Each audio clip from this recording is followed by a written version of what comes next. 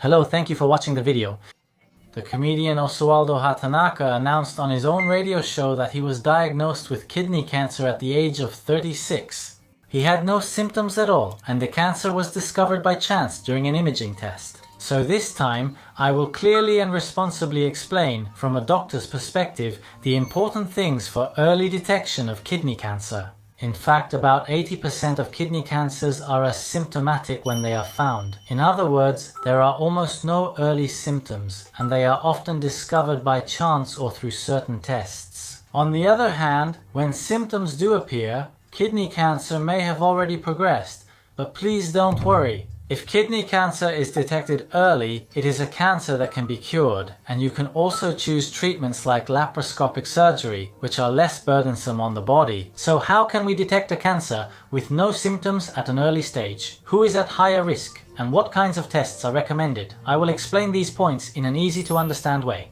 Hospitals, by their very structure, receive medical fees by detecting and treating illnesses. Conversely, sharing information to prevent diseases does not benefit the hospital financially. Because of this, at YouTube Medical University, we focus on early detection before diseases progress, and on lowering risks so that people don't get sick in the first place. Our goal is to address health issues at the pre-disease stage. I would be happy if you could subscribe to the channel so you don't miss any new videos. In this session, I'll first discuss basic kidney functions, then cover initial kidney cancer symptoms. Then, in part 3, I'll cover people at high risk for kidney cancer. In part 4, I'll discuss how to detect kidney cancer early with important tests. Finally, in the 5th part, I'll briefly explain the treatment for kidney cancer. This might be a bit long, but let's learn together by taking notes and listening to it several times.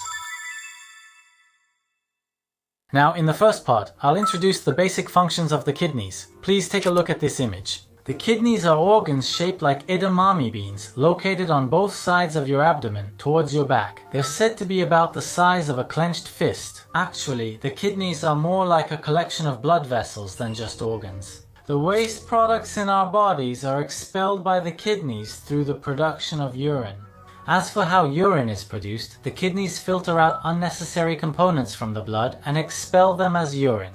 That's why the kidneys are filled with a network of blood vessels to filter out those substances. In addition to producing urine, the kidneys also have various other roles. They help absorb calcium, which is important for strengthening bones. They activate a vitamin called vitamin D. They produce a hormone called erythropoietin, which helps create many red blood cells, the source of our blood. They give such instructions, making them truly important organs. So, when the kidneys are damaged, the body can swell, you may feel tired, you might not be able to produce blood and become anemic, or your bones can weaken and break. In the end, you may need dialysis, so I think you can see how important it is for your kidneys to be healthy in order to live a vibrant life. Now in the second part, let's talk about what symptoms appear when kidney cancer progresses. I'll introduce 3 of them. The first initial symptom of kidney cancer is fever. When a malignant tumor or cancer develops in the body and causes a fever, this is called tumor fever. Actually, kidney cancer is one of the types of cancer that tends to cause fever more easily. So if you have a persistent fever with no known cause, or if you feel something is wrong or your body feels sluggish, it's possible that it could actually be kidney cancer. However, anyone can catch a cold and get a fever, right? Fever caused by cancer. One characteristic of this kind of fever is that it doesn't get better easily, even with treatment. When you catch a cold or get pneumonia, treatment usually helps you recover within a few weeks. However, a fever caused by cancer doesn't get better even after 1 or 2 weeks, and in some cases the fever may gradually get higher. So, a persistent fever that doesn't go down is a characteristic of fever caused by cancer. There are also symptoms like excessive sweating, not just being hot and sweating a lot, but to the point where you have to change your bed sheets or pajamas at night while you're sleeping. Sweating that much could possibly be a reaction caused by a malignant tumor. Why do tumors cause fever or excessive sweating? If you understand the reason, it will be easier to grasp, and even if you are given incorrect information, you will be able to judge for yourself. A malignant tumor is, so to speak, a foreign substance to the body. As a malignant tumor grows, it destroys the surrounding tissues. Because of that, inflammatory substances are produced in the body, which causes fever and sweating. Here are 3 initial symptoms of kidney cancer, and the second one is hematuria, or blood in the urine. Those who listened to the first lecture might understand this. The kidney is an organ where many blood vessels gather, and malignant tumors destroy the surrounding tissues. You can probably imagine that when the kidney, which is full of blood vessels, gets damaged, blood mixes into the urine that is produced. Our blood vessels are intricately made according to the blueprint of our DNA, but the blood vessels formed inside malignant tumors are built hastily, like a rush job, so they actually bleed very easily. This is not limited to kidney cancer. If it's colon cancer, bleeding from the colon can cause blood to mix with the stool, and if it's stomach cancer, bleeding from the stomach can make the stool black. There are various signs like these. I think it's easier to remember if you learn them all together, so let's study them together. The third initial symptom of kidney cancer is this: lower back pain. You all remember that the kidneys are located on the back side of the body, right? So as kidney cancer grows larger, it destroys the surrounding tissues, and when it touches the nerves, it appears as dull pain in the lower back or back. A characteristic of pain caused by malignant tumors is that it hurts when you move your body like this. It's not the kind of pain that hurts when you press on the surface. If anything, if it were that kind of pain, we would consider symptoms of the muscles, bones, or skin. Pain caused by malignant tumors is a dull pain that continues even when you're at rest. However, what you need to be careful about is that by the time this symptom appears, it's often already advanced. As I mentioned at the beginning, about 80% of kidney cancers have no symptoms. So of course you need to be careful when these symptoms appear. But even if you don't have the symptoms I'll explain next, if you're at risk, you still need to be cautious. Let's make sure to understand what kinds of tests are necessary for early detection. Now in the third section, I'll explain the risks of kidney cancer. Here are 3 main risks of kidney cancer. The first one is being male. Kidney cancer is more common in men than in women. And not only that, but the prostate, which is a male-specific organ, is also located along the urinary tract connected to the kidneys. Because of this, I think it's easier to remember that men need to pay special attention to the urinary tract. I've made a video about prostate cancer in the past, so if you're interested, please check it out from the description after this. I've also explained the signs of kidney dysfunction before on YouTube Medical University. It's very important to know the signs of kidney disease, not just kidney cancer, in order to protect your kidneys. Check the description box for more info. Here is the second main kidney cancer risk: being over 60 years old. In fact, the risk of kidney cancer increases as you get older, and it starts to rise significantly in your 60s. This is not limited to kidney cancer. For example, colorectal cancer, which is the most common among Japanese people, also increases rapidly from your 50s and peaks around your 80s. That's why cancer screenings are divided by age, starting from 40 or 50 years old. Kidney cancer is no exception and also increases from your 60s. However, as we saw with the celebrity mentioned at the beginning, it can happen at any age. Just because you're still young doesn't mean you're safe. Being overconfident like that can lead to risks. So please, let's learn about the risks and tests I'll explain next, and if necessary, consider getting regular checkups for early detection. Here is the third of the 3 main risks for kidney cancer.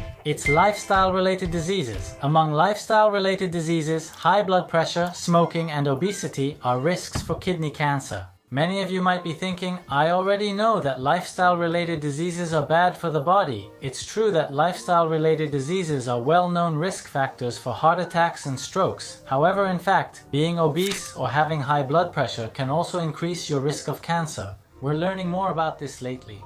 For example, why does being obese increase the risk of cancer? If you remember the reasons, it will be easier to understand, and you'll be more motivated to be careful. Let me introduce one hypothesis. Actually, when we become obese, our bodies have something called insulin, which is secreted by the pancreas to lower blood sugar levels, but it becomes less effective. So, people who are obese need to produce more insulin than normal people to lower their blood sugar levels. In fact, there is a hypothesis that producing a lot of insulin from the pancreas itself may increase the risk of malignant tumors. That's why people with obesity, whose bodies are relatively resistant to insulin, are considered to be more likely to develop cancer. One thing I want to reassure you about is for those who have diabetes and are taking insulin injections. There is no data showing that injected insulin increases the risk of malignant tumors, so please don't worry about that. By thinking about the reasons behind these things, we can better understand the vast amount of medical information available in today's information society. Some of that information is wrong. To avoid being misled, it's important to understand why things are the way they are. Understanding why a factor is a risk makes it harder to be misled by false information. Let's learn about these topics together.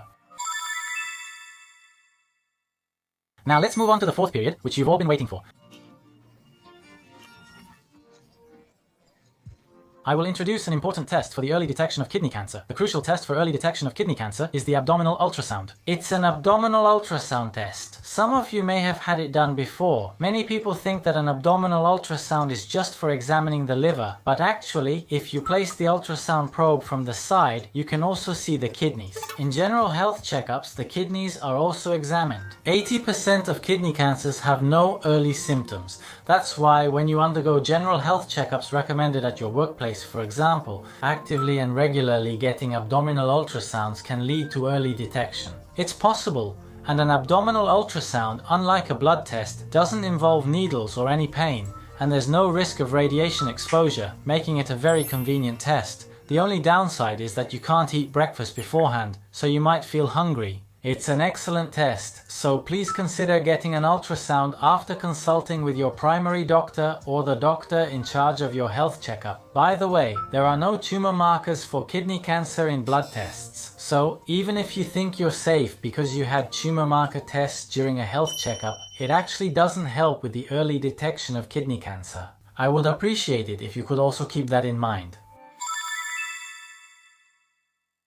Now, in the fifth section, I will explain the treatment for kidney cancer. You don't need to know the details of the treatment, so it's enough just to understand that these are the available options. For kidney cancer treatment, there's a laparoscopic exam I mentioned earlier. Since only small holes are made in the abdomen, it is appreciated from a cosmetic perspective, and there is also less bleeding, which is necessary. It is also said that the hospital stay becomes shorter, and recently there is a procedure called Da Vinci surgery, where surgery is performed using robotic arms with mechanical assistance, as if the surgeon is operating a robot. There are such surgeries as well. Some people dislike the idea of having their abdomen cut open. Others think that if cancer is found, it's the end, so they avoid getting tested. But I hope you don't think that way. Effective treatments are now available, so I would be happy if you consider getting regular checkups. In addition to that, there are various treatments for kidney cancer, such as cryotherapy and drug therapy. Just because surgery isn't possible doesn't mean it's the end, so I encourage you to aim for early detection and consider all available options.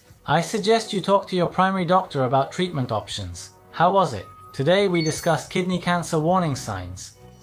I explained the initial symptoms and risks of kidney cancer, as well as important tests and treatment methods. I explained that the initial symptoms of kidney cancer include fever, excessive sweating, blood in the urine, and back pain. I also explained that being male, getting older, and surprisingly, lifestyle-related diseases can be risk factors for cancer, along with the reasons for these risks. And in order to detect it early, it's very important to have regular abdominal ultrasounds and to get checked if you notice anything unusual. And as for treatment, various therapies have been developed, including less invasive treatments that are easier on the body, so early detection is definitely important. And by being aware of the risks and working to reduce them, you can address issues before they become illnesses. I hope you can keep that mindset. Here at YouTube Medical University, we will continue to responsibly share easy-to-understand videos that can help you become healthier starting tomorrow. Please subscribe to the channel so you don't miss any new videos.